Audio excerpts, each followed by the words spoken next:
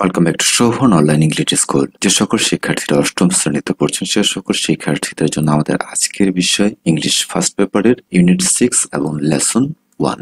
আর unit 6 হচ্ছে আপনাদের going on a trip, এই শিরোনামে, ভ্রমণে যাওয়া, এই শিরোনামে একটি ইউনিট। এখানে আপনারা সুন্দর কিছু বিষয় জানতে পারবেন, বিশেষ করে আমরা যারা এখনো বিমান ভ্রমণ করি নাই বা আপনারা করেননি, তারাও কিন্তু বুঝতে পারবেন যে কিভাবে এয়ারপোর্ট বা বিমানবন্দরে যেতে হয় বা কিভাবে আমাদের অন্যান্য দেশে যেতে হয়, সেই বিস্তারিত বিষয়গুলো কিন্তু এই জায়গাটাতে রয়েছে। আপনারা বই পড়ার মাধ্যমে এরকম একটি ভালো জ্ঞান আহরণ করতে পারবেন এই জায়গাটাতে।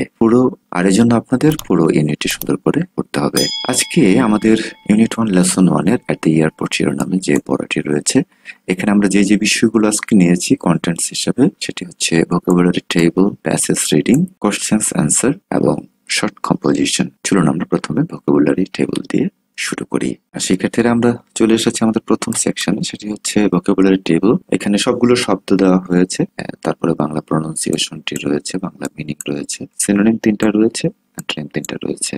আপনাদের ভোকাবুলারি বাড়ানোর জন্য সিনোনিম অ্যান্টোনিম গুলো খুবই প্রয়োজন। আমি আপনাদের একটু সংক্ষেপে আলোচনা করে দিচ্ছি শব্দগুলো। ভিজিট, ভ্রমণ করা বা দেখা, আমরা ট্রাভেল শব্দটি জানি সবাই, এই শব্দটি সিনোনিম হিসাবে ব্যবহার করা হয়। এরপরে এক্সাইটেড, উত্তেজিত বা আনন্দিত।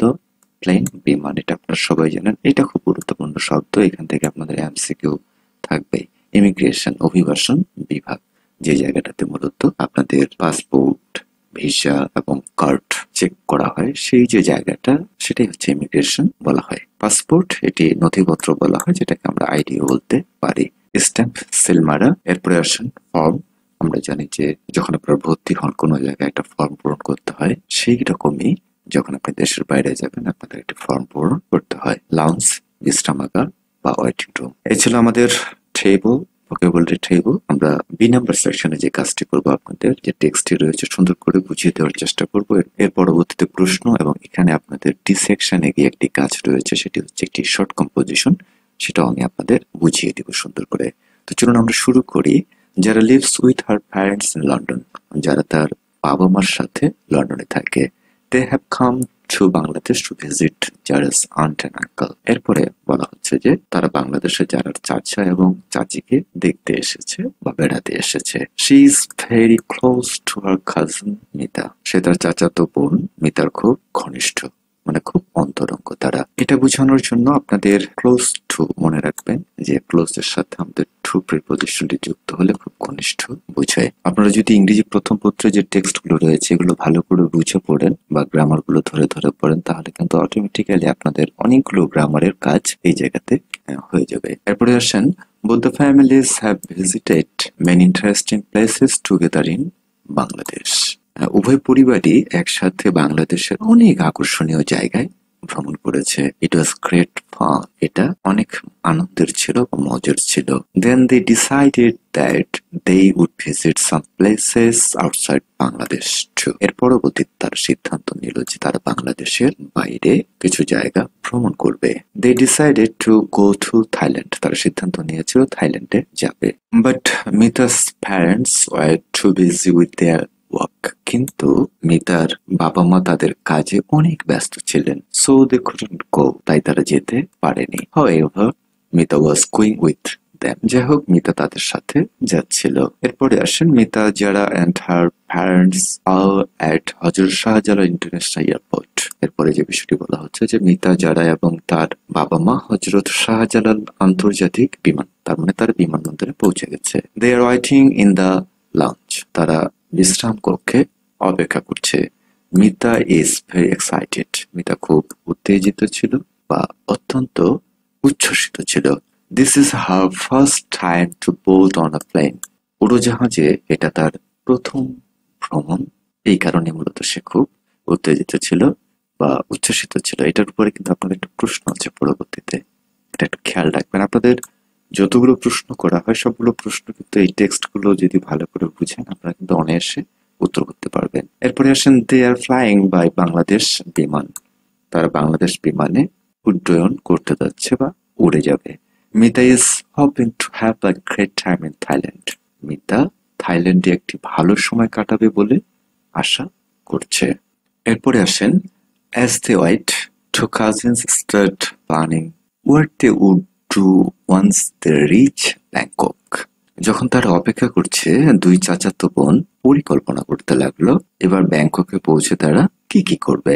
Mita's uncle brings forms for all of them to fill in before going through the immigration. Immigration আমরা অভিবাসনের কথা জেনেছি, আমি বুঝিয়ে দিয়েছিলাম ওয়ার্ড মিনিং এর ওখানে। মিতার চাচা সবার জন্য ফর্ম আনলেন যা অভিবাসনে যাওয়ার আগে পূরণ করতে হয়। দ্যাট মিনস ইমিগ্রেশনটা যখন পার হতে হবে, আপনার পাসপোর্ট, কার্ড এবং ভিসা চেক করা হবে, সেটা যাওয়ার আগে একটা ফর্ম পূরণ করতে হয়। সেই ফর্মটা নিয়ে আসলেন। He gives one to Mita and says, তিনি মিতাকে এটি দিলেন এবং বললেন, you have to give some information about yourself in the form.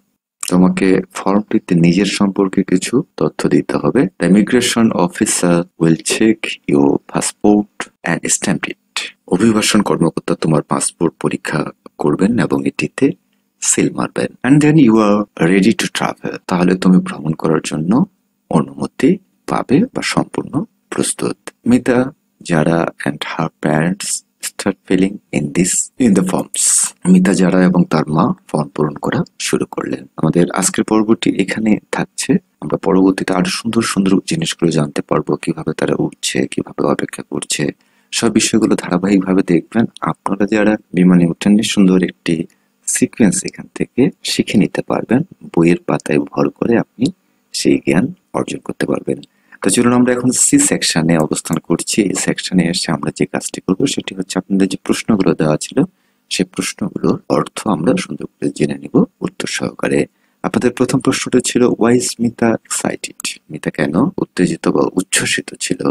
Mita is excited because this is her first time to board on a flight. Mita খুব উচ্ছ্বসিত কারণ এটি তার প্রথমবার বিমানে চড়ছে বা বিমানে চড়ার অভিজ্ঞতা। Number 2, why aren't Mita's parents going with her? খুব সুন্দর একটি প্রশ্ন যে মিতার বাবা মা তার সঙ্গে যাচ্ছে না কেন।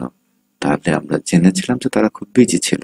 আর ওয়াই দিয়ে যদি আপনাদের প্রশ্ন করা হয় কেন দিয়ে, তাহলে আপনারা অবশ্যই বিকজ দিয়ে অ্যান্সার লিখবেন। এটা একটা ফরম্যাট প্রশ্ন লেখার। এই বিকজ এর আগে প্রশ্নটাই থাকবে, বিকজ এর পরে হচ্ছে আপনাদের উত্তরটি বসবে।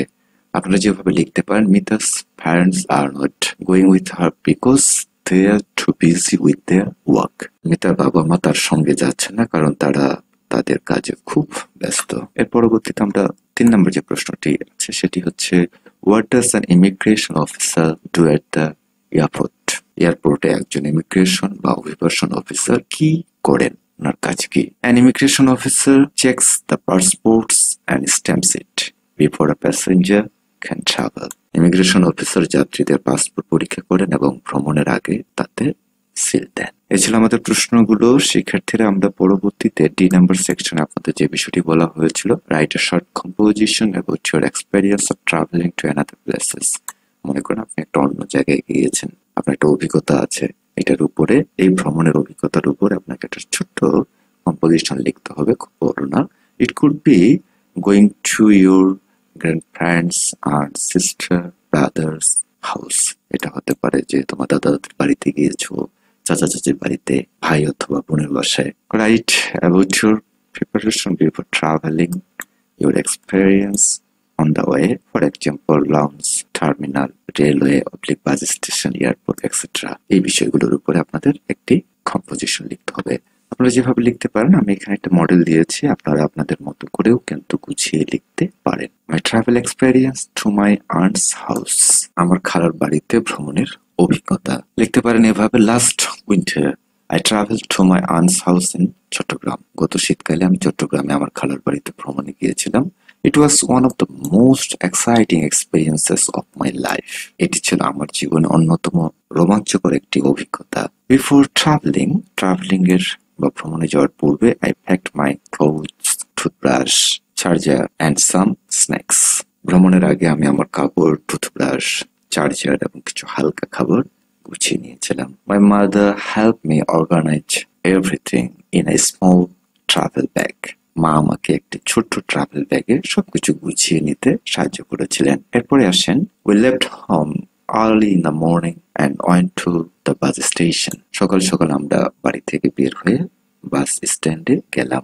There were many people waiting for buses. সেখানে অনেক মানুষ বাসের জন্য অপেক্ষা করছিল। I saw vendors selling tea and snacks. আমি দেখলাম কিছু বিক্রেতা চা ও নাস্তা বিক্রি করছে। Finally, our bus arrived and we got on.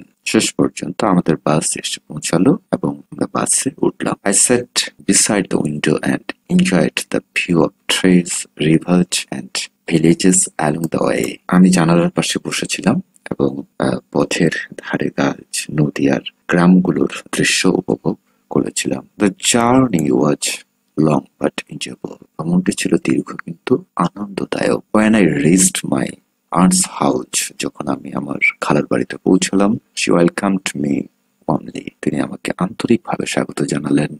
I spent a few wonderful days there. আমি সেখানে কয়েকদিন দারুণ কিছু সময় কাটিয়েছি। Playing with my cousins and eating delicious food.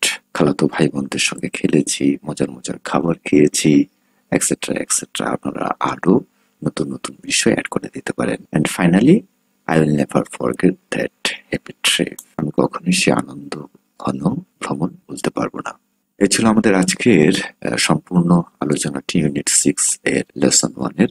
শিক্ষার্থীরা আপনারা খুব ভালো করে প্রস্তুতি নেবেন, যেহেতু আপনাদের সামনে বৃত্তি পরীক্ষা রয়েছে। অনেকে আপনারা বৃত্তি পরীক্ষায় অংশগ্রহণ করবেন, অতএব সুন্দর করে প্রস্তুতি নেবেন। পরবর্তীতে এখান থেকে এমসিকিউ প্রশ্ন এবং অন্যান্য যে নেসেসারি আইটেমগুলো রয়েছে, যেগুলো আপনাদের পরীক্ষার জন্য সহায়ক হবে, আমরা পরবর্তী পর্বে সেই বিষয়গুলো আলোচনা করার চেষ্টা করব। যে সকল শিক্ষার্থীরা শুরু থেকে শেষ পর্যন্ত আমাদের আজকের ক্লাসটি দেখেছেন, আপনাদের কেমন লেগেছে সেটা অবশ্যই কমেন্ট সেকশনে জানাতে ভুলবেন না। যারা আমাদের ক্লাসে প্রথমবারের মতো দেখছেন, অবশ্যই সাবস্ক্রাইব করতে পারেন এবং পাশে থাকা নোটিফিকেশন বেল আইকনটি প্রেস করে দিতে পারেন, যাতে পরবর্তী ভিডিও আপলোড করা মাত্র আপনি পেয়ে যান সবার আগে। Thanks for watching. আল্লাহ হাফেজ।